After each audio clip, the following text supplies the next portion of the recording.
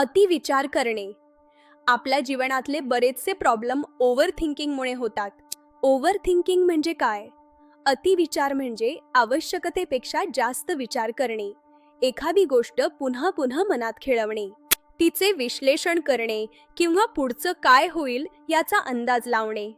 हे तेव्हा घडतं जेव्हा मन विश्रांती घ्यायला तयार नसतं आणि सतत अशा गोष्टी विचारत राहतं, जसं की जर मी ते वेगळं बोलले असतं तर, त्याने जे म्हटलं त्याचा अर्थ असा आहे का?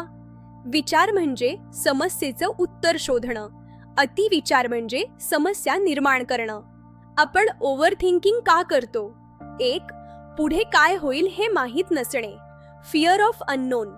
जसे की एखादा जवळचा व्यक्ती आजारी आहे, दवाखान्यात ॲडमिट आहे, त्याला कधी बरा वाटेल का नाही, अनकोन आहे, आउट ऑफ कंट्रोल आहे. 2.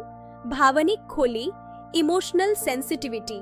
भावांना न समजून घेता कधी कधी त्याचं खूप जास्त विश्लेषण होऊन जातं, हे आपल्याला थकवत. 3. विश्वास नसणे, lack of trust on flow. आपल्याला वाटतं मी विचार नाही केला ह्याबद्दल तर सगळं बिघडून जाईल, मला विचार करून सगळं नीट करायचं पाहिजे.